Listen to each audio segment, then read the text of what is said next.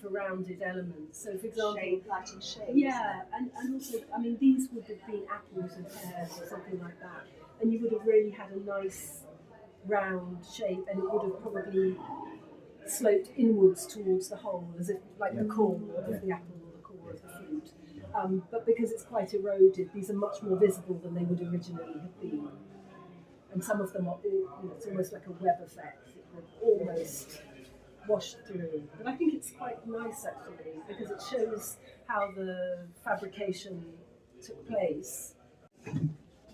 So these areas were actually, they were intact, but there was a fairly large gap, maybe half a mil or a mil, between this stone ornament and the stone behind it. They were basically lifting forwards, and I think the further forward they came, the more the elements got at them, rain, moisture expanded, and they were just beginning to lift off.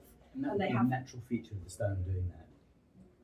Yes, and our conditions in the UK, the weather conditions.